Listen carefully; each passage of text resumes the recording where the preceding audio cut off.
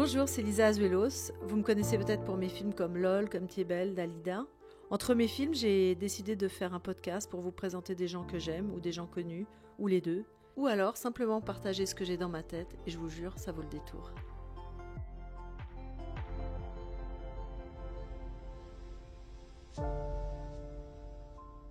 Si tu veux te présenter un petit peu, comme tu as envie. Ouais. Je m'appelle Juliette Darkwings, D'accord. j'ai 28 ans et aujourd'hui je suis créatrice de contenu. Mais je me suis fait connaître parce qu'avant j'étais une jeune chef d'entreprise et en fait ça faisait des années que j'habitais Paris, j'ai fait un burn-out, je suis partie en Asie et j'ai fait beaucoup de vidéos, j'ai fait beaucoup d'humour, j'ai aussi beaucoup mis en scène et pris beaucoup d'autodérision autour de tout ce qui m'arrivait et j'ai parlé de cette vulnérabilité-là un peu aux yeux de tous. C'est un peu comme ça que tout s'est enchaîné pour moi et que je me suis fait connaître sur les réseaux sociaux et je suis devenue créatrice de contenu. Donc par mois. Alors je sais pas comment tes contenus sont arrivés sur mon contenu, puisque c'est ça qu'on dit, je crois. Mais tout à coup, je me suis dit, mais en fait, cette jeune fille, elle me ressemble. Je pense que si j'avais eu accès aux réseaux sociaux à l'époque où moi j'avais ton âge, je pense que j'aurais eu un peu le même parcours, qui est en fait un parcours d'authenticité. Et il y a beaucoup de gens qui m'ont dit ah, mais ce qui marche sur les réseaux, c'est authenticité. Bon, c'est vrai que c'est pas forcément ce que j'ai vu en premier, mais quand j'ai vu ton parcours, voilà, j'avais un peu envie que tu me racontes. Bah déjà, c'est pas courant de faire un burn-out si jeune. Est-ce que t'as un peu envie de raconter ça, peut-être avec moins d'humour, mais quand même, tu peux mettre de l'humour. Oui, Hein, bien sûr. c'est un podcast d'humour aussi, donc ce qui t'a amené à ça. Le burn-out, je ne l'ai pas vu venir parce qu'en Oui. fait, j'étais passionnée par ce que je faisais. J'ai besoin d'être passionnée par ce que je fais. J'ai besoin d'être entraînée. Je ne peux pas subir ce que je fais. C'est indéniable pour moi d'être passionnée. Donc, j'ai très vite lancé ma boîte. Alors que je partais pour être dans la production. On m'avait proposé un CDI dans la production audiovisuelle. Et je me suis dit non. Donc, je me suis dit, je ne me vois pas être salariée. Je ne me vois pas tous les matins aller au même endroit, devoir travailler pour quelqu'un. Je ne le sens pas comme ça. De fil en aiguille, par passion, j'ai monté ma friperie. Parce qu'en fait, je vendais mes vêtements sur Vinted comme ça par hasard à l'époque. Ça faisait des années. J'ai gagné de l'argent comme ça et de fil en aiguille, j'ai commencé à monter ma friperie en ligne, hasard dingue. Ça a hyper bien marché, il y a eu le Covid. Et puis, en vendant mes vêtements, j'essayais d'aller sur des marchés. C'était des marchés années 70. Et puis, c'était très vieillissant parce que c'était souvent des fleurs et les gens, ils voulaient des trucs à la Britney Spears, quoi. Ils voulaient des mini-jupes, etc.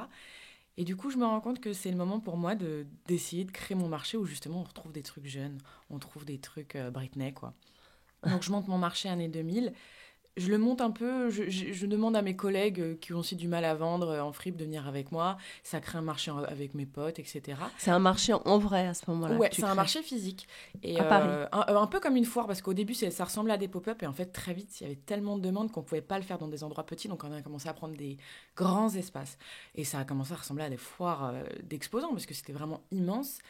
Et d'un coup, je me suis retrouvée plus une nana qui avait sa friperie en ligne et de temps en temps. Ah, mais je me suis retrouvée à productrice événementielle. Chef d'entreprise, quoi. Chef d'entreprise, d'un coup, propulsée là-dedans. Mais ça me passionne parce que j'aime des jeunes gens, j'aime des gens qui gagnaient à peine un SMIC, à peine se payer, qui d'un coup arrivent à se payer, qui lâchent leurs études, je me sens pleine de reconnaissance, je me sens heureuse. Le matin, je me dis, putain, j'ai trouvé ce que je veux faire dans la vie. Et là, tout va vite. Et du coup, ça va tellement vite et je suis tellement passionnée que je fais plus gaffe. Je fais plus gaffe à moi. Je travaille du lundi au dimanche. Il y a plus de temps pour moi. Et ça s'accélère. Mais j'ai la reconnaissance et l'amour des gens. Donc, à ce moment-là, je m'en rends pas compte. Et à un moment, le vintage, il commence à s'essouffler. Ça fait 2 ans et demi. Ça commence à devenir une grosse machine. On perd l'esprit familial. Et les exposants, ils commencent petit à petit à plus me dire merci, à plus me regarder. Les liens changent. La petite famille que tu avais créée. La petite famille que j'ai créée, ça y est, eux, ils sont grands. Ils ont fait beaucoup d'argent. Ils lancent leur pop-up de leur côté. Ils montent des gros sites en ligne. Ils partent ailleurs. Je sens que voilà, les petits bébés qui sont arrivés à la Britney Market sont devenus grands, sont partis. J'ai des nouveaux et ils sont différents. Ils sont plus jeunes, ils sont moins sympas, ils sont plus vifs. Ils voient pas chez moi la jeune fille qui est innocente, mais plutôt une chef d'entreprise qui est carrée. Et du coup, on perd plein de choses, on perd plein d'essence et la reconnaissance disparaît. Et je pense que quand on fait quelque chose par passion, mais qu'on n'a pas l'amour et la reconnaissance, c'est extrêmement difficile. Et là, les choses s'abîment petit à petit pour moi. Ça commence à être difficile. Et j'ai beau changer d'appart, parce que c'est ce que je me dis, je sais pas, je me dis, faut que je fasse plus de sport, faut que je change d'appart. J'essaie de, par tous les moyens, puis je gagne moins d'argent, donc de toute façon, l'appart que j'avais avant, j'avais plus les moyens, donc je change d'appart, de trucs. Et je me dis, non, mais là, c'est autre chose, quoi. C'est ce que je fais, j'aime pas ça, en fait, j'aime plus ça. Puis, aller faire mes événements, ça me coûtait. Travailler, ça me coûtait. Des fois, je travaillais à peine 1 heure dans la journée parce que cette heure-là où je travaillais, j'ai l'impression que ça durait 5 heures et que j'ai presque une crise d'angoisse. Ça me paraît fou pour quelqu'un qui bossait du lundi au dimanche. Qui j'étais devenue, je comprenais plus rien. Et je me suis dit, là, à un moment donné, il va falloir se poser des questions. Je suis allée au Brésil, et au Brésil, tout est allé très vite pour moi parce que je faisais que pleurer, alors que j'étais quand même en vacances au Brésil. Il fait beau, il fait chaud. C'est là où je crois que j'ai commencé à te trouver sur les réseaux, peut-être un tout petit peu avant. C'est vers là que ça a pas mal bougé. Ouais. Parce que j'ai fait des vidéos où je rigolais, d'autres où je pleurais, je disais mais ça va pas, et d'autres où je me mettais en scène, je rigolais, je suis venue machin truc pour ici, puis je suis pas heureuse. Et je pense que les gens aussi de me voir pleurer et rire en même temps, ici, je pense qu'ils ont vu aussi le fait que je ris de moi, mais qu'en même temps, putain, je suis vraiment touchée à ce qui m'arrive. Et les gens ont commencé à me suivre comme ça. Et moi, je suis rentrée en France là, janvier 2024. Et je me suis dit, maintenant, il faut changer pour de bon. Et là, il fallait être courageux parce qu'il fallait que je saute dans le vide. Il fallait vraiment que je lâche tout, quoi. Que je lâche mon appart de rêve, vue sur la Tour Eiffel, vue sur le Sacré-Cœur, vue sur toutes les buts de Chaumont. Le rêve, j'avais des spectacles tous les jours, j'avais des ciels roses, des ciels oranges. C'était une dinguerie. Jamais j'aurais rêvé d'un truc pareil dans ma vie. Ça faisait à peine 1 an que j'habitais dedans. Je devais aller résilier mon bail. Et pour aller, je ne sais même pas où. Mais juste pas là. Ma place n'est plus là. Ah, c'était super dur. Comment tu l'as senti, ça, que ta place n'est... Quand tu dis ma place n'est plus là, c'est ma place n'est plus à Paris, ma place n'est plus en ville. C'est viscéral, c'est dans le corps. En fait, on a toutes les réponses en soi et on oublie souvent ça. Ouais. On attend toujours d'avoir des réponses d'ailleurs, des gens, de chez le psychologue, mais on a tout à l'intérieur de nous et on oublie toujours de se consulter, alors que quand on prend le temps de s'écouter, on a toutes les réponses. Et ça passe par plein de pratiques pour réussir à s'écouter. On fait de la méditation, on va dans une église, on va dans nos lieux de culte, on va là où ça a du sens pour nous, peu importe la pratique. Mais il y a des moments et des endroits dans la vie où on arrive à se consulter soi-même. Et à ce moment-là, on a toutes les réponses du monde. Il faut juste se faire confiance. Les gens, quand ils ont des réponses comme ça, souvent ils paniquent, souvent ils ne comprennent pas, et souvent c'est pas raisonnable. Le cœur, ce qu'il nous dit, c'est rarement raisonnable. C'est rarement. Quand ton cœur te dit, t'as l'appart de tes rêves, et tu vas le quitter, et tu vas quitter ta ville, enfin la ville où tu as réussi, et tu fais un saut dans le vide. C'est une amie qui m'a dit, en fait, c'est au moment où tu sautes dans le vide que Dieu te met une marche sous les pieds. Mais c'est un peu, Dieu ou la vie, quoi. Faire confiance. Ouais. Et c'est super difficile. Alors, je précise que je parle du nez parce que je suis malade aujourd'hui. Peut-être ça se voit, mais en tout cas, je pense que ça s'entend. J'espère qu'il y a une différence, que je parle pas comme ça toujours. Et moi, ce qui me fascine dans ton histoire, c'est... Tout à l'heure, tu m'as dit, j'avais coché toutes les cases. Elle n'est pas facile à dire, celle-là. Un peu panier piano, un peu cacher toutes les causes. C'est pas mal aussi, cacher toutes les causes, cocher toutes les cases. Putain, mais je fais de ces jeux de mots, même malade, c'est un truc de fou. Et moi, j'ai fait la même chose à un peu moins de 50 ans. En général, ça va avec la ménopause et la chute d'hormones. Quand t'es encore marié, souvent ton mec te quitte, etc. Normalement, il y a un petit paquet à ce moment-là. Donc moi, ça m'est arrivé aussi ce burn-out que, comme toi, j'ai pas vu venir, puisque j'étais... Enfin, tu vois, j'ai la chance de faire des films qui marchent, je suis reconnue. Enfin, tu vois, j'avais vraiment, pour le coup, j'avais les enfants, je voulais des enfants, ça y est, ils étaient grands, ils étaient... Enfin, tu vois, même quand tu vas au bout du délire de la vie, de tout ce que t'as pu rêver, et que t'as tout... Moi, je me disais, mais en fait, je n'ai plus de rêve. Le seul rêve qui me restait, c'était d'aller faire un spectacle de one-man show, que j'ai fait, d'ailleurs, pendant 10 minutes. C'était mon dernier rêve. Je disais, voilà, je suis là, c'est mon dernier rêve. Tout le reste, je l'ai fait, saut en parachute, les enfants, la carrière, le machin. Et que tu te rends compte que tu es dans le même vide intersidéral qu'avant que tu démarres. Et ce moment-là, c'est un grand moment de panique. Ouais. Toi... Ça a été quoi tes petites marches d'escalade, on va dire, là où tu as posé d'abord tes mains, tes pieds pour remonter? Ou pour... Même si tu es au milieu du game. Mais... Ce que j'ai fait, c'est sauter dans le vide. Tout d'abord, le début, c'était de déposer ce bail-là. Je crois que c'était le truc le plus dur, de me dire que mon chez-moi allait disparaître. Et pour pas trop subir de me retrouver chez mes parents face au vide, parce que c'est ça, en fait. Le vide, on a coché les cases, donc maintenant, on fait quoi ? Faut passer à autre chose, quoi. Et je me suis dit que changer tout mon quotidien, casser tout ce que je connais, ça allait mettre les bonnes claques qu'il fallait. À ces gens, je suis partie pendant 1 an à Santa Barbara en Californie. J'ai eu tellement de claques et de compréhension que je me suis dit que c'était exactement ça qu'il me fallait à nouveau, dans un lieu encore totalement nouveau, avec une culture totalement différente. Et l'Asie me semblait une option parfaite. Financièrement, forcément, quand on ferme sa boîte, on n'est pas au top. Je m'en sortais avec... j'ai récupéré l'argent de mon appartement, de ma caution, quelques meubles de designer que j'avais de la chance d'avoir eu, que j'ai revendus sur le Bon Coin, à négocier pas possible avec des mecs de Saint-Ouen, etc. Et c'est avec ça que je suis partie. Et c'est comme ça que je dirais que brique par brique, ça s'est reconstruit pendant mon voyage. Et par des gens qui ont des cultures complètement différentes, en rencontrant des Vietnamiens, en rencontrant des Balinais, en rencontrant aussi les Français qui habitaient là-bas, même des gens qui habitaient là-bas. C'est pas les mêmes, les Français ailleurs. Non, c'est pas les mêmes. C'est pas les mêmes et ils me ressemblaient beaucoup, ces gens-là. Et c'est là que je me suis dit que je suis une nana du voyage. Parce que j'ai rencontré des gens qui me ressemblaient beaucoup. Ou à Paris, ça s'essoufflait. Alors, je travaille dans la mode et l'événementiel. Et les gens dans la mode et l'événementiel, ils me ressemblent pas. Ou je ne le ressemble pas, mais en tout cas, j'avais rarement cette impression d'être comprise. Quand je prenais des verres avec des gens, je rentrais chez moi, j'étais cuite de fatigue. J'ai l'impression d'avoir eu des débats et des discussions extrêmement stériles et que j'ai dû me justifier de plein de choses parce qu'on ne comprenait pas ce que je disais. Genre quoi, par exemple Je sais pas, je sais pas quel genre de discussion on peut avoir. Discussion politique. Ouais, je trouve que c'est très politique ici.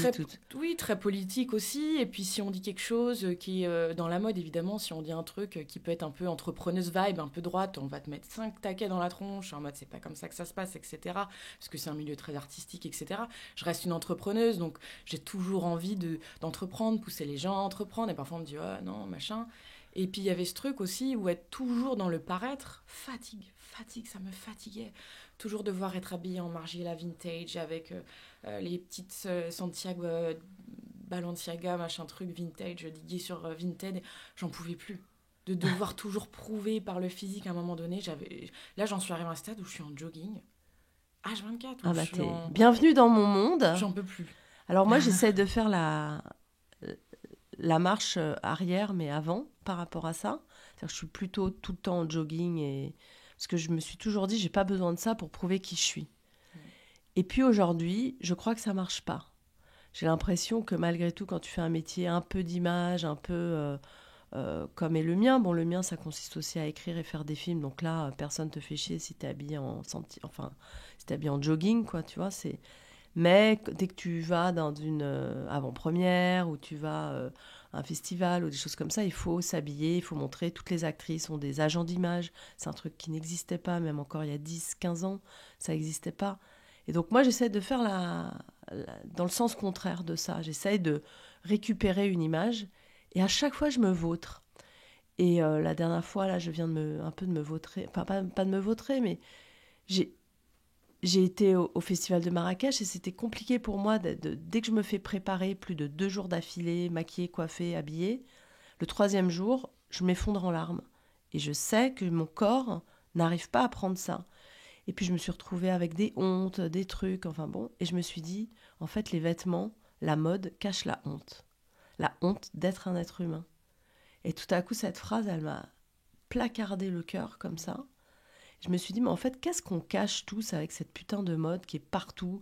Vuitton qui a mis toutes ses valises, que ce soit à New York, là, j'ai vu, c'est la hauteur des gratte-ciel. Mais vraiment, quoi, j'ai pris une image ici sur les champs. Enfin, c'est pas pour critiquer Vuitton, c'est incroyable d'avoir mené un empire pareil, mais tout ce qui n'est pas marque, tout ce qui n'est pas à la mode, tout ce qui est le faux pas de mode, t'as l'impression que, comme quand j'étais petite, on me disait si tu fais pipi dans la piscine, il y aura le rond rouge autour de toi.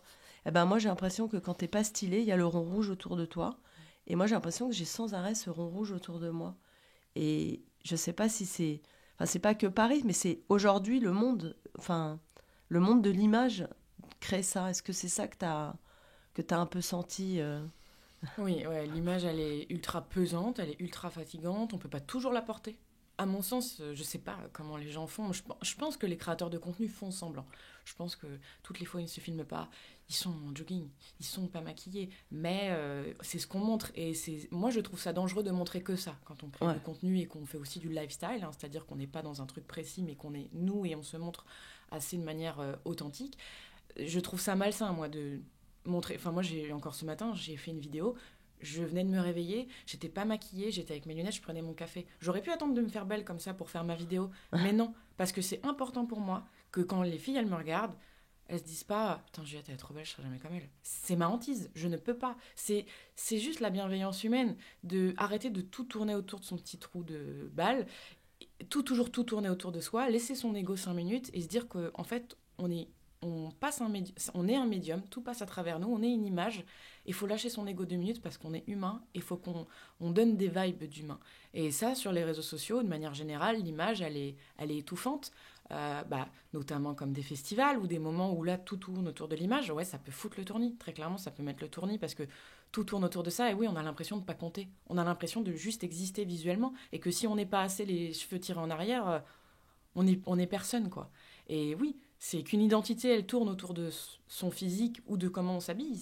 C'est pas bon. Ça peut pas être à 100%. Ça peut être occasionnellement pour tel et tel événement, mais ça peut pas être une vie entière. Et les créateurs de contenu qui fonctionnent comme ça, même les créateurs de contenu mode, pour moi, ils ont un rôle à jouer dans le rapport à nous. Pour moi, et donc moi, dans ma petite échelle de créatrice de contenu, même si majoritairement je fais de l'humour, on ne me suit pas pour ma fashion vibe et tout. Et pourtant, même la si fashion vibe, j'adore tous ces nouveaux mots, le fashion faux pas, la fashion vibe. Pardon. Non, mais c'est joliment dit. Je veux pas. Je pourrais faire, parce que j'en connais des choses, franchement, mais j'ai pas envie d'étaler ma science sur la mode. J'ai pas envie de saouler les gens avec ça, parce que déjà, de un, je suis pas passionnée. Donc, je vais pas faire. Ça m'embête de parler de choses quand ça me traverse pas le corps, quoi, quand ça me traverse pas le cœur, quand ça me traverse pas, je vais pas en parler. Parce qu'il y a des gens qui en parleront mieux que moi. Ce qui me passionne, par exemple, c'est la sociologie de la mode. Pourquoi on porte un vêtement? Mais en soi, que ça c'est du cachemire, du machin, j'en ai rien à cirer.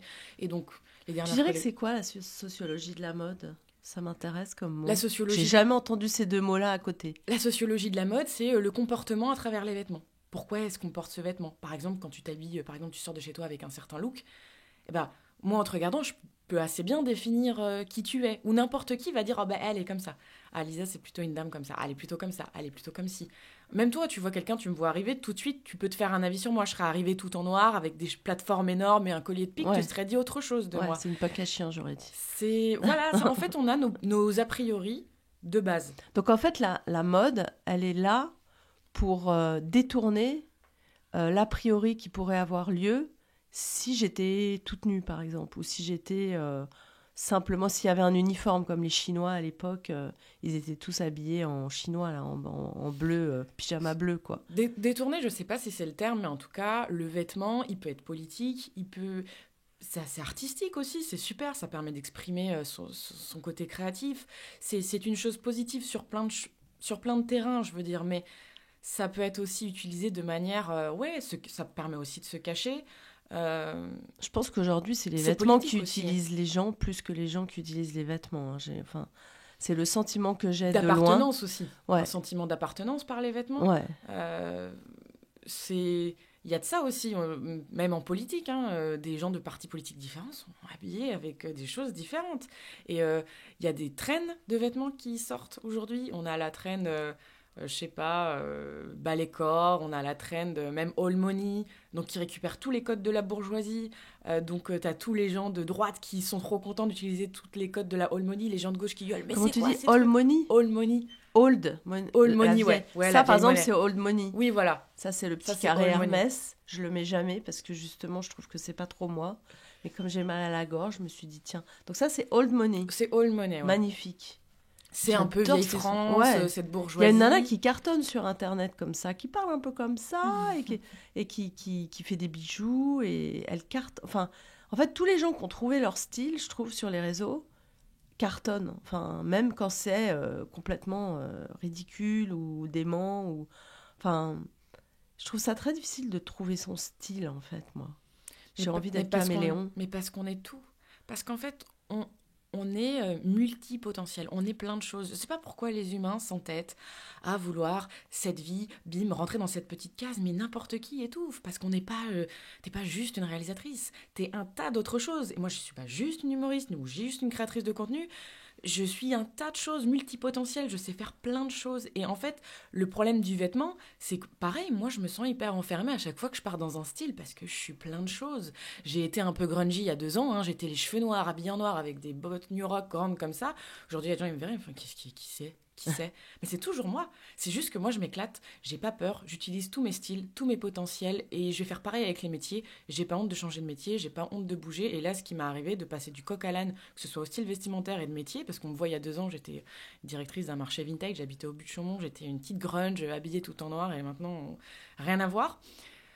Mais j'ai pas honte de ça et je me dis, mais en fait, c'est génial, quoi. Je m'éclate, je suis dans les Sims, j'ai pas honte, j'ai pas peur, j'ai pas honte de moi, j'ai pas honte de ce que je fais, je suis fière et je le fais.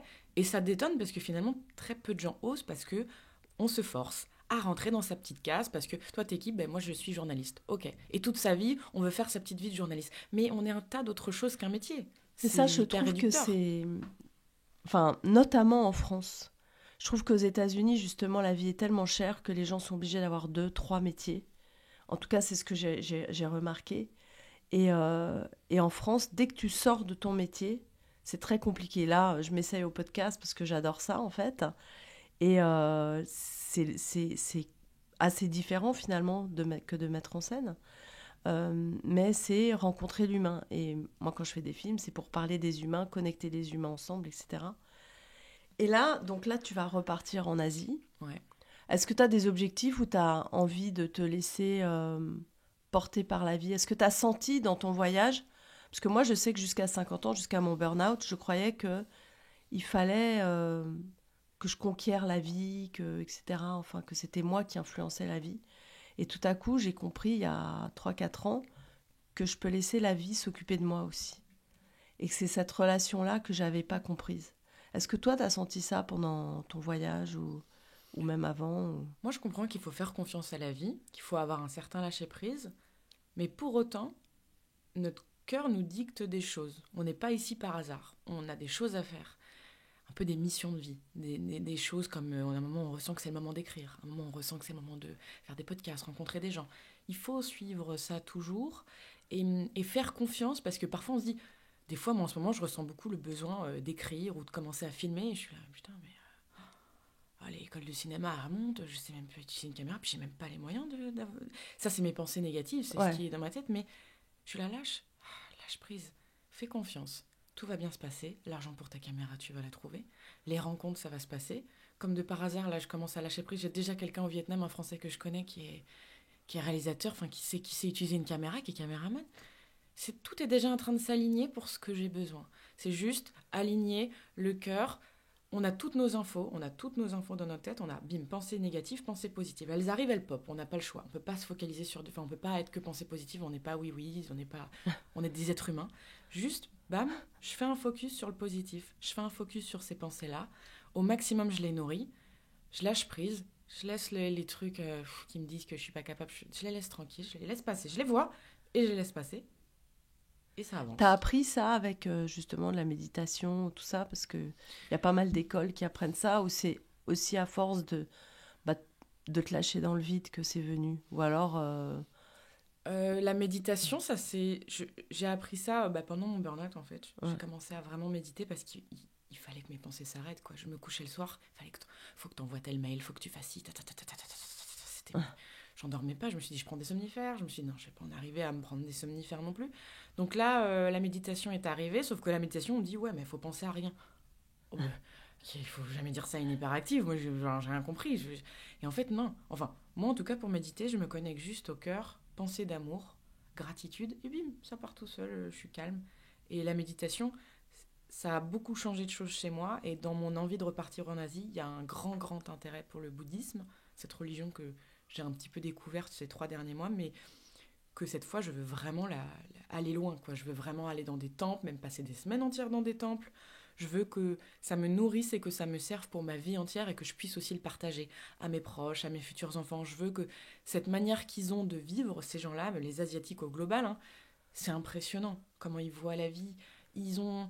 C'est souvent, il y a un truc de petit blanc quand il rentre de son voyage en Asie, il dit « Oh là là, ils ont rien ».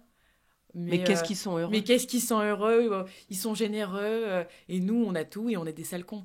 Mais c'est... En fait, ce qui est dit très maladroitement, et qui est réel, c'est que ces gens, ils ne voient pas le bonheur à travers l'avoir, à travers posséder. Ce qu'on leur apprend depuis leur tendre enfance, alors je grossis au continent asiatique, évidemment, tout est à voir en fonction des pays, des cultures et des groupes d'individus, mais ce que j'ai ressenti en tout cas entre Vietnam, Indonésie, à Bali et Thaïlande, c'est que les gens apprennent à être heureux par le bien-être psychologique, physique, donc toujours le massage et le bien-être, bien manger, toujours riz, viande, glucides, protéines, fibres, tout est bien mis, et beaucoup de pratiques de prière, beaucoup de reconnaissance, beaucoup de gratitude et être en famille, être ensemble, passer du temps ensemble et ne pas être pressé. À Bali, sur l'île de Bali, le mot, alors je crois que c'est anxiété ou stress, je sais plus ce qu'on m'a dit, hein, désolée si je me trompe, mais il me semble qu'anxiété ou stress c'est un mot qui n'existe pas dans le langage balinais, sur cette île-là, parce que c'est des gens qui ne... Ils n'ont même pas trouvé de mot pour ça, parce que c'est quelque chose qu'ils ne ressentent pas. Je trouve ça assez fou. Le fait qu'il n'y ait pas le mot fait qu'il n'y a pas la chose, quoi, presque. Enfin, en tout cas, quand il n'y a pas le mot, c'est qu'elle n'a pas eu besoin d'être nommée. C'est ça. Et ce que tu dis aussi par rapport à être pressée, ça me touche beaucoup, parce que même aux États-Unis, c'est un truc que je ressentais pas, d'être pressée. Et ici, quoi qu'il arrive, à Paris, je sais pas pourquoi, il y a comme une... on dirait qu'on est avec le lapin d'Alice au Pays des Merveilles, là, qu'on est toujours en train de courir derrière je sais pas quoi. Et tu démarres ta journée, tu es déjà pressé. Et je sais pas pourquoi c'est comme ça. Je sais pas si tu ressens ça ici. Je suis revenue à Paris cet été après mon voyage en Asie. Je m'attendais à un choc parce que je me suis dit Asie-Paris, là on est dans un choc de titan entre la détente des Vietnamiens, des Balinais et l'arrivée à Paris. Puis finalement, vu que c'était l'été, juste avant les JO, tout le monde avait été parti. Ouais. Ça a été. Et là, je suis arrivée il y a 4 jours à Montparnasse. Je suis restée, je pense, dans un état, je sais pas si c'était tétanique, mais figée. Tu l'as compris, ton choc, là. Dans le hall de la gare, et j'étais... Mais c'est une fin du monde, qu'est-ce qui se passe? Je ne comprenais rien, et je me suis pris des coups. En plus, en étant statique, bam, bam, les jambes, et me faisaient comprendre, bouge de là. Et c'est d'une violence que je trouve qui est super difficile à... Quand on arrive d'un coup dans le bain, je trouve que c'est très difficile, et en fait, quand je regardais les gens, je sais pas, j'ai eu cette sensation qu'ils étaient déshumanisés, que le truc humain à l'intérieur d'eux était laissé de côté pour pouvoir survivre dans un endroit comme celui-là. Pour pouvoir être productif, en fait, pour pouvoir... C'est ça. Moi-même, 8 ans, j'ai habité Paris, évidemment. Je suis arrivée au début, tout oui, comme tout le monde. Nanana. Et puis, tu te vides, tu deviens une connasse, et puis tac, et puis tu dis, ben non, j'ai pas l'air, non, débrouille-toi, et puis on marche vite, et puis si, on se déshumanise. Mais là, le fait de m'être extirpée comme ça de cette fosse, et de revenir... Je veux pas vivre ça, je veux pas vivre comme ça, mais je veux pas être comme ça.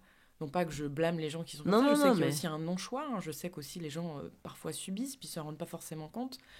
Mais Paris, c'est très très important, je dirais urgent, d'en sortir de manière régulière pour se réhumaniser, quoi. Parce que c'est une ville qui a une énergie qui est autant parfois très belle et brûlante et vivante, et ça bouillonne, autant ça peut nous consumer comme un feu, quoi. De l'intérieur, on peut en brûler et en crever. Paris brûle-t-il? La réponse est oui, quoi.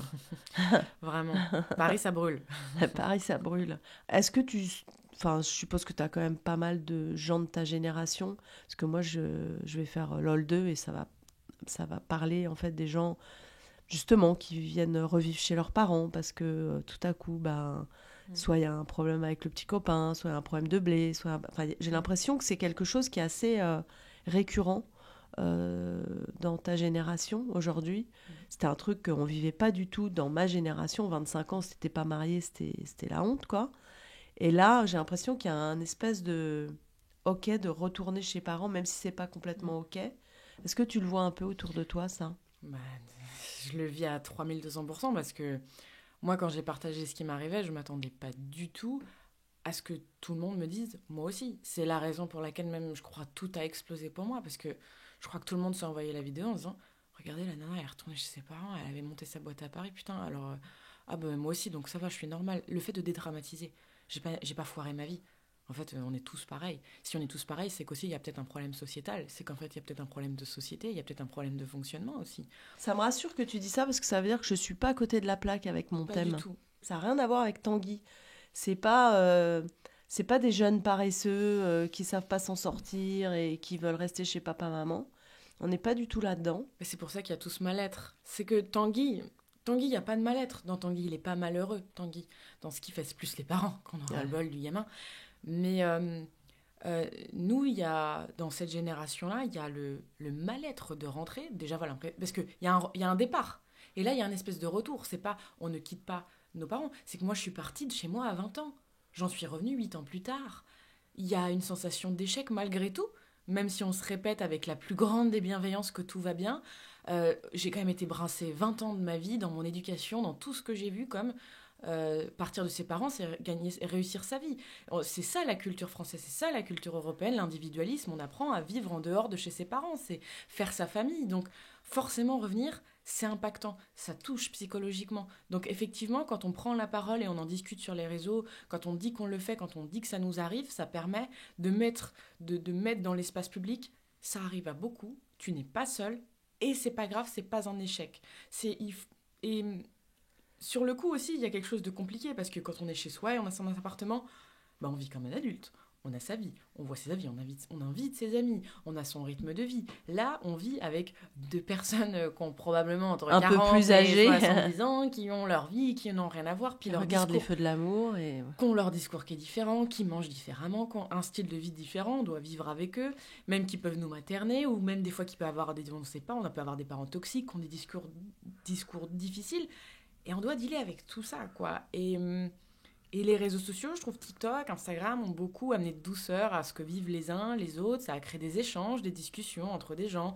Il y a eu des Discord, des groupes, des WhatsApp, où les gens se disent « Putain, tu vis ça toi aussi ?» Et ça a créé beaucoup d'union et je trouve ça beau. Alors il y a eu à travers l'humour, il y a eu à travers le discours sensible, le discours sincère. Il y a eu toute forme de témoignage en dehors de moi qui s'est fait sur les réseaux. Et j'ai trouvé ça super. Et c'est une vraie problématique parce que nos parents, ils avaient les moyens d'acheter une maison à 25 avec un SMIC.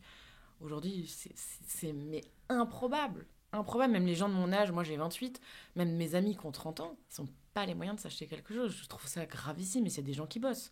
Et bon, après, moi j'entreprends, donc je sais que j'ai pas un parcours classique et que quand on entreprend. Ouais, mais quand on c'est entreprend, difficile, normalement, on peut acheter. Quoique je pense qu'il y a beaucoup d'arnaques dans le fait d'acheter aussi.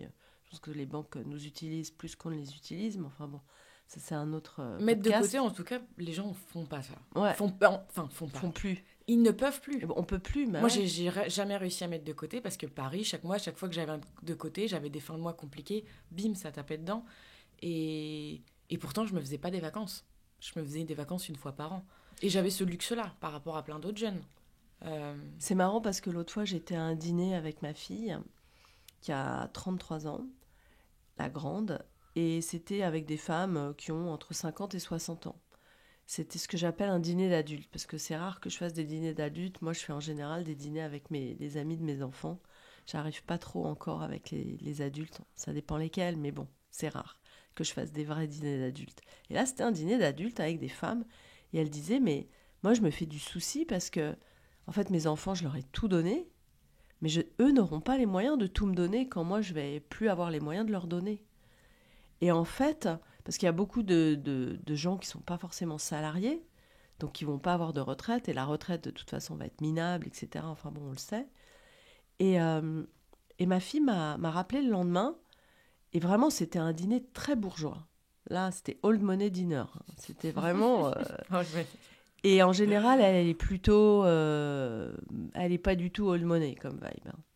Et elle m'a dit, ça m'a beaucoup touchée d'entendre ces femmes qui se faisaient du souci pour elles et pour leurs enfants. Enfin, il y a comme un espèce de souci général et dont on parle peu finalement. On parle de la guerre à l'extérieur, des trucs, des grosses bombes, des gros trucs. Et les trucs qui vraiment laminent ton pays, personne n'en parle. Comme si c'était assumé, quoi. C'est un espèce de petit gaz toxique, indolore, qu'on voit pas, qu'on perçoit pas, mais qui est vraiment en train d'abîmer très très fort. Je crois qu'il y a une inquiétude générale, une sensation de se sentir perdu chez les jeunes aussi, qui commence à inquiéter les parents aussi parce qu'ils voient leurs gamins changer de taf, pas être heureux, faire des burn-out, faire des dépressions. C'est le cas, hein, les 90, beaucoup de burn-out, beaucoup de dépressions. C'est les jeunes qui sont lancés dans la vie active en plein Covid. En plein Covid. Et bisous.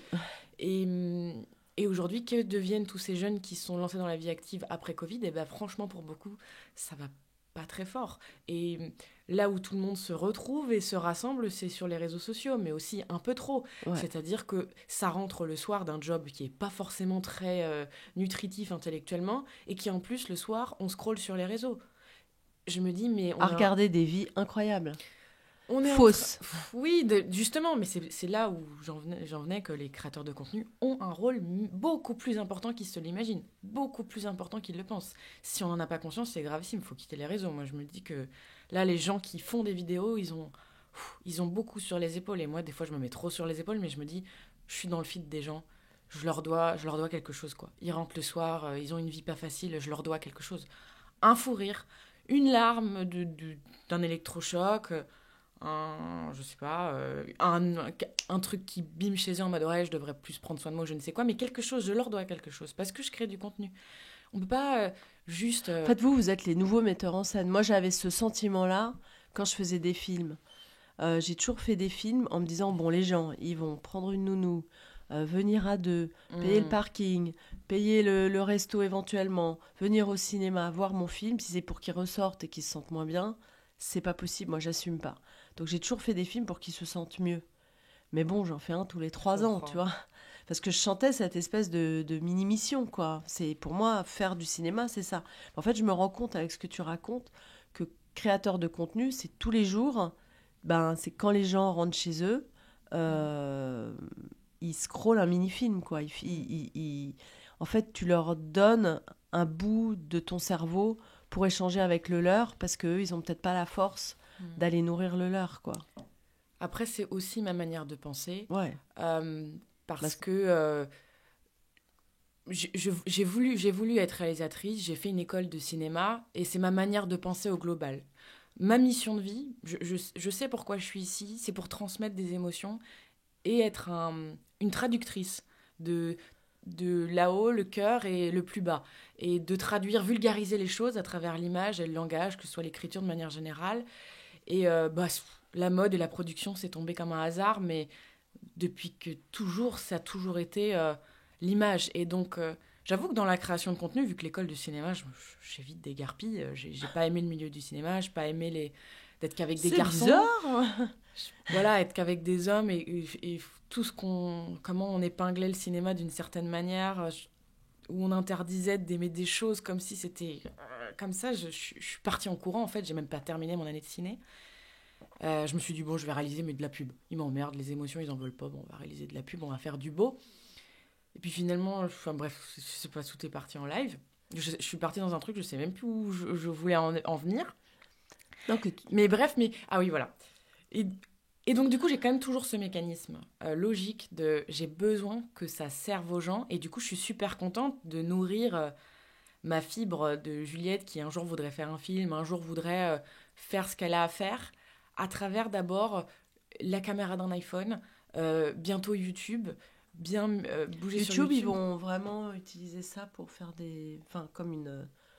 Ça va être la nouvelle télé. Ouais, c'est déjà... moi, je regarde déjà, la télé. Oui. Même Twitch, c'est exceptionnel, cette espèce de live. Alors, je connais pas du tout Twitch. Twitch, ça, pour moi, ça, c'est la nouvelle télé en direct, quoi. C'est dingue. Ça, c'est pour moi, de pouvoir arriver là-dessus, ça va être une belle manière. Et puis, voilà, moi, tout ce que j'ai envie dans la vie, j'ai super confiance. C'est-à-dire que je suis en train de me dire, il faut que tu réalises un film, tu te rends compte, c'est maintenant, t'as la... Non. Il se réalisera, tout se fera, le jour où ça se fera, quand la vie, elle mettra les choses sur mon chemin. J'arrête de me presser. j'arrête de je sais pas, me mettre un gun sur la tempe en mode c'est maintenant ou jamais, sinon t'as foiré ta vie. Cette espèce de voix un peu solennelle que j'avais avant, parce je l'ai qu'on plus, on a comme des tranches dans le cerveau. On se dit à 25 ans, c'est ça, à 30 ans, c'est si à ça. 30 ans, j'ai pas mon mec, je serai seule toute ma vie. Si à 35 ans, je suis pas propriétaire, j'ai foiré ma vie. Ouais, c'est vrai qu'on a ce truc un peu toxique. On a ce truc. Moi, c'est comme ça que j'ai vécu ma vie. Je voulais à 25 ans, je voulais des enfants, tu vois. Donc, je les ai eus. Ma première fille, je l'ai eue à 25 ans, enfin 26 ans. Le mois où j'ai tourné 26 ans, j'ai accouché, donc j'étais enceinte à 25 ans. Mais parce que dans ma tête, depuis que j'étais toute petite, c'était comme ça. C'était comme ça. Et ce qui est drôle, c'est que j'ai fait un film très jeune, un court-métrage, je pense que j'avais 24 ou 23 ans. Et mon premier film, j'avais 40 ans. Et c'est ce que je dis souvent à mes enfants, c'est ce que je te dis aussi à toi. Mon premier film, j'avais 40 ans, quoi. Et si tu regardes les premiers films des réalisateurs connus, souvent ils sont pas très jeunes, tu vois. Et je pense que ta démarche, c'est la bonne. C'est-à-dire que souvent, il y a des gens qui viennent me voir qui disent « Mais comment on fait ? Est-ce qu'il faut faire une école de cinéma ? Est-ce qu'il faut faire ci ? Comment on fait pour faire un film ?» Je dis « Mais moi, à mon époque, je n'avais pas d'iPhone. Aujourd'hui, vous avez de quoi faire un film dans la poche. Et il suffit juste d'écrire une histoire, de savoir ce que tu veux dire. En anglais, purpose. Non, mais c'est vraiment ça, quoi. Un film, c'est... Les gens qui vont voir cette chose, ça va leur changer quoi dans leur vie ? Voilà, c'est ça, en fait, un film. C'est l'essence. Après, moi, me permets de te donner un conseil, parce que je suis comme toi, je me disais, un film, ça doit servir, une mission, etc. Il faut jamais oublier que ça doit te servir à toi aussi. Et moi, j'ai oublié un peu ça. Un peu. Parce que ça doit aussi te servir, que ce soit financièrement. Ça, j'ai pas trop oublié, mais parfois quand même. Mais ça doit te servir aussi pour... parce qu'il y a une stratégie du milieu, il y a une stratégie de tous les milieux, en fait. Et c'est important de pas tout donner aux autres et d'en garder un peu pour toi et que ça te rapporte aussi à toi. Que ce soit pas over generous, quoi, je pense. Ouais. Je pense qu'il y a quelque chose comme ça. Ouais, je vois. C'est comme quand tu es dans une conversation, j'ai un livre aussi à te donner. Peut-être j'en ai un, je te le donnerai à la fin du podcast. C'est vraiment le livre qui a changé ma vie, de Louis Sanza, qui s'appelle La voix du sentir. Et il disait, quand vous êtes dans une conversation avec quelqu'un, vous n'êtes pas obligé de donner 100% de votre attention. Vous pouvez par exemple toujours sentir votre main ou votre pied, quelque chose pour rester ancré en vous, de manière à ce que la conversation, ok, tu vas l'écouter à 100%, etc., mais tu t'oublies pas complètement dans l'autre personne. Et en fait, quand tu fais un film, c'est un peu pareil. Il faut toujours garder quelque chose pour toi, que ça te nourrisse aussi à toi. Voilà, c'était super intéressant. C'était la vieille qui parle. Non, c'est super intéressant. Et c'est vrai que tout le monde se demande toujours comment est-ce que les gens font pour réussir, pour arriver là, pour arriver ici, comme si la vie des autres ou comment ils en sont arrivés, il y avait... dans le cinéma, clairement, il faut coucher. Hein. Ça, on l'a vu, c'est MeToo. Hein, donc, bon. Le cinéma, c'est triste. Le milieu du cinéma est triste pour plein de raisons où les femmes, il y a 2 fois plus de taf, de patience, et puis, à mon avis... Après, il y a un cinéma féminin incroyable en France. Hein. À chaque fois que je rentre en France, là, en ce moment, je suis en train de regarder les Césars, je me dis, c'est fou le nombre de femmes réalisatrices. Ça va bouger. Et les thèmes, enfin là, ça fait quand même... c'est la 3e année où là, les Golden Globes sont sortis hier, où il y a le film de Coralie Farja qui s'appelle The Substance. Franchement, je suis fière. Je suis méga fière. Et voilà, et l'année dernière, c'était Justine Triet. L'année d'avant, c'était Titane. Enfin, je veux dire... Ouais. Autant jusqu'à il y a 3-4 ans, les femmes n'étaient pas considérées comme pouvant ramener des prix, être des grands cinéastes, etc. etc. Alors la seule chose que je regrette, c'est que pour l'instant, en fait, moi, qu'un homme ou une femme fasse un film, je m'en fous du sexe du metteur en scène. Mais je trouve que les films, ils ont une manière féminine d'aborder les sujets ou une manière masculine un peu. Et dans le sens où le féminin aborde toujours le côté justement empathique, émotionnel, lien, etc. Et pour l'instant, c'était pas ça qui était trop mis en... c'est pas ça qui rapporte au cinéma, tu vois. Ça rapporte dans les comédies, mais c'est pas des grands films. Tu vois, par exemple, un petit truc en plus. Ouais, parce que j'ai écrit un film qui s'appelait Un petit truc en moins, et du coup, j'ai dû changer le titre, quoi. Tout le monde m'a dit, ah, tu t'en fous, ça marchera pas, machin. Bon, bien sûr. Donc, Le petit truc en plus, tu vois, c'est un film qui est fait par un homme, mais pour moi, c'est un film du féminin, dans le sens où il raconte le lien émotionnel, social, les uns avec les autres, etc. Et ces films-là, ils sont encore un peu considérés comme des films mineurs. Bon, c'est un petit peu la tristesse, mais c'est pas grave. Mais toi, est-ce que dans ton chemin de réalisatrice, est-ce que tu as vraiment senti des gros bâtons dans les roues par le patriarcat en général tu l'as affronté, tu sens que tu l'as affronté ou que t'es passé au-dessus et t'as même pas fait gaffe et d'après toi, c'est... En fait, je, j'ai utilisé le fait d'être une femme. À la base, je l'ai déjà raconté, mais j'ai fait mon premier film qui était Comme tu es belle, parce qu'on est venu me proposer la suite de La vérité si je mens. À un moment, ils ont dit oui, peut-être qu'on va prendre une femme pour faire la suite, etc. Et j'ai dit bah oui, super, on va parler des femmes dans le milieu séfarade. Et là, on m'a dit mais non, t'es complètement con, il faut garder les mecs. J'ai dit, ben non, les femmes sont super intéressantes. Moi, je viens d'une famille séfarade, je peux vous dire, c'est très marrant, quoi, tout ce qui se passe dans la vie des femmes séfarades. Et on m'a dit, t'es débile et tout ça, bon, bref. Et finalement, j'ai fait Comme tu es belle, qui est encore à ce jour, je me fais encore arrêter dans la rue pour ce film qui est sorti en 2006, quoi. Donc, en fait, comme j'ai tout de suite eu du succès, il y a quelque chose quand même qui est très masculin, c'est le rapport à l'argent. Souvent, les femmes, elles se disent, non, mais c'est pas grave, si ça rapporte pas d'argent. Moi, dès le début, j'ai dit non, il faut que ça me rapporte de l'argent parce que j'étais une femme seule avec 3 enfants et il fallait que j'ai de quoi les faire vivre. Donc pour moi, c'était aussi alimentaire et j'ai jamais perdu de vue que c'était important pour moi de faire de l'argent. Et donc quand tu fais de l'argent, tu rentres dans le domaine du masculin et là, tout à coup, tu as les honneurs du masculin. Donc en fait, j'étais dans les codes du patriarcat. Moi, ce qui m'a buté, ce qui a fait que j'ai failli avoir enfin pas failli avoir, que j'ai fait un burn-out, c'est que justement j'étais dans la compète de ce patriarcat, mais j'aime même pas parler du patriarcat parce que je trouve ça démodé en fait. C'est cet esprit de compétition. En fait, je trouve qu'on est en train de passer de l'esprit de compétition à l'esprit de collaboration. C'est un petit peu ça qu'étaient censés apporter les réseaux sociaux. Malheureusement, il y a eu beaucoup de compétition sur les réseaux sociaux. Ils se sont emparés de nos datas pour pouvoir mieux nous manger. Je dis souvent qu'on est passé du capitalisme au cannibalisme parce que quand on mange ses propres datas, c'est-à-dire on se mange nous-mêmes, donc maintenant on est un peu cannibale. Mais en tout cas, à partir du moment où tu gagnes de l'argent, tu rentres dans le monde masculin. Et c'est ça qu'il faut changer en fait. C'est pas de savoir si en tant qu'artiste on est une femme, un homme, le genre, le ci, le là.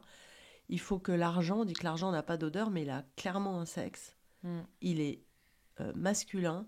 Les boîtes qui se font racheter, ce sont toutes des boîtes qui appartiennent à des hommes. On ne fait pas confiance aux femmes pour leur filer du fric. On l'a vu avec le microcrédit, c'est ça qui est en train de changer un peu ce qui se passe aussi en Asie, en Inde, etc. Quand on donne 1 euro à une femme, elle en fait 100. Quand on donne 1 euro à un mec, en général, il va le boire. Enfin, c'est un peu méchant ce que je dis, mais c'était un peu ça l'idée du microcrédit. Et le mec qui a fait les banques, c'est ça. Et vraiment, il faut se focaliser, il faut arrêter de se focaliser sur les hommes, les femmes, nanana. Il faut dire, ok, où est l'argent ? Et on veut que l'argent, que ce soit pas un dédouanement du masculin, du patriarcat, du capitalisme, sur, ah, on va les aider, comme on disait, on va aider les pays pauvres. En fait, c'est pas à nous d'être les pays pauvres, mais il faut aussi qu'on n'ait pas honte de gagner de l'argent. Et chez les femmes, il y a une espèce de honte à gagner de l'argent aussi, quoi. Enfin, je sais pas si tu t'en es rendu compte en étant entrepreneuse, mais... Ouais. Nous, on veut aider les autres. Super. Il y a eu ce truc, en fait, quand je gagnais beaucoup d'argent, où c'était... je dirais que c'était mission impossible de trouver un mec, quoi. Parce que je gagnais de l'argent, mais en plus, je gagnais de la thune 100% avec ma tête en étant... le terme chef d'entreprise, il est... Fou. Il fait peur, quoi. Et du coup, tout de suite, beaucoup d'hommes se sentent émasculés, désarmés, quoi. Et donc, ça part ça reprend les jambes à son cou et ça s'en va. Et il y a beaucoup de fois, je me suis retrouvée très seule, mais même des fois, c'est triste, hein, mais sans aller jusque-là, il y a même des fois, à certains dates, je disais, je travaille dans la mode. Oh, ça va, je gagne bien ma vie. Je disais, j'étais chef d'entreprise dans le vintage. Je dis jamais. C'est le mot j'ai eu un moment, voilà, c'est ça. J'ai eu un espèce de déclic et j'en suis arrivée où tous les dates que j'ai fait, je m'effaçais dans un... Et ça, oui, je pense que c'est dû à ce que tu dis. Ça, c'est totalement vrai. Enfin, moi, je l'ai ressenti en tout cas. C'est clair. Ça, c'est clair. Et je pense que c'est ça qu'il faut changer, c'est le rapport à l'argent pour les femmes et pour les hommes. Et parce que, en fait, le rapport à l'argent, c'est... Avant, on appelait ça le cash. C'est fluide, c'est le flow, le cash flow. On appelait ça le cash flow. Et en fait, quand on dit go with the flow, je pense qu'il faut dire go with the cash flow aussi, tu vois. Et c'est important de prendre en compte que la vie, elle peut te porter avec le cash qu'elle apporte, quoi. Ouais. Enfin, et comme il n'y a plus de cash, on se demande où c'est passé tout ça, hein? Dites donc, messieurs, là, c'est où? Videz vos poches. Après, tout l'argent qu'on gagne, nous les femmes, je sais pas comment expliquer. On le redistribue dans les sacs à main. En vrai, ça se passe bien. Enfin, les hommes, ils ont une manière. Alors après aussi, je trouve qu'il y a un dédain aussi dans le business avec les hommes. Où moi, ça m'est arrivé quand même pas mal de fois de débarquer à des rendez-vous où je devais négocier des lieux pour mon marché et un dédain. Un dédain parce que je suis une petite nana, quoi, et on pense qu'on peut me la faire. Sauf qu'à l'intérieur de moi, il y a un dragon, il y a une businesswoman, et on me regarde, et j'ai envie de dire, mais pour qui tu te prends, en fait? Ça va pas ou quoi? Enfin, et je sais qu'en fait, ce dédain ou ce truc, c'est parce que je suis une femme, quoi. Et je le sais, parce que ça m'arrive des fois d'arriver avec des collègues mecs, ils parlent comme si j'étais plus là, et je suis en mode, je suis la directrice, c'est mon DJ, la directrice. Ça m'est arrivé plusieurs fois, et ça, de l'entendre, entendre, ouais, il y a du patriarcat, les femmes, elles sont en dessous les hommes, des fois au boulot, machin, mais le vivre, pour moi, il y a un monde où la rage féminine, elle vient, et il y a des fois, je me suis dit, ah ouais, d'accord, ok, mais ils veulent quoi? Ils veulent que je porte des costards, que j'arrive et tout, et donc, sans m'en rendre compte, je crois que parfois, j'ai adopté un petit peu des comportements masculin. Moi, c'est ce que j'ai fait aussi. Où je me sens pas particulièrement à l'aise parce que je reste une femme j'adore ma féminité, j'adore l'explorer, même si j'aime mon côté masculin qui me permet de faire plein de choses aussi. C'est deux, je pense, c'est ce yin, ce yang plutôt, parce que masculin, féminin. Ouais, c'est ça. Moi, je suis comme toi, j'utilise plus ce terme-là. Le yin, le yang est beaucoup plus. Mais je pense que c'est pour ça qu'en Asie, d'ailleurs, il y a quelque chose de beaucoup plus équilibré. C'est parce qu'eux, ils parlent du yin et du yang. Ouais. Et pour eux, il n'y a pas de yin sans yang, il n'y a pas de yang sans yin. Et c'est ces valeurs-là que je trouve qu'on a un petit peu mises à mal en parlant du féminin, des féministes, le masculin, le masculiniste. Et tout ce mélange et tout va too much. Avec la femme qui veut devenir comme un homme, ou finalement, non, la femme qui veut rester une femme et qui veut son autre... Tranquille. Déjà, ça veut rien dire parce qu'on est tous des humains absolument uniques avec un système, pour moi, de fonction qui est totalement différent des autres. Donc, on a tous besoin d'une complémentarité avec quelqu'un, mais ça peut être plus du yin, du yang, ça dépend des personnes. Il n'y a pas à faire surtout à l'intérieur, on a les deux, quoi. C'est surtout ça. Sûr qu'on a et c'est ce couple-là, en fait, qui est malade à l'intérieur de nous. Et comme ce couple-là intérieur est malade, du coup, à l'extérieur, c'est malade. Bien sûr. Voilà. Et moi, c'est ce que tu disais tout à l'heure, c'est vraiment apprendre à équilibrer les énergies, c'est apprendre à équilibrer le yin, le yang. Moi, je sais que je suis trop yang. Bon, du coup, parfois, je tombe malade, comme aujourd'hui. C'est un excès de feu, un excès de yang, un excès de dragon qui est épuisé. Du coup, tu repars quand au Vietnam? Je repars, théoriquement, là pour mon anniversaire, le 5 janvier. Ah bah très bien. Écoute, je te souhaite un très beau et bon voyage. Est-ce qu'il y a des choses dont tu voulais parler, dont tu n'as pas parlé? Non, on a tout exploré. Écoute, mais en tout cas, voilà. Donc sur les réseaux, tu t'appelles comme Juliette Darkwings. Juliette Darkwings pour les gens qui veulent aller regarder. Moi, c'est des vidéos qui m'ont fait hurler de rire, mais aussi qui m'ont beaucoup touchée. Et voilà, c'est pour ça que j'avais envie de te rencontrer. Merci beaucoup de m'avoir accueillie. Merci à toi.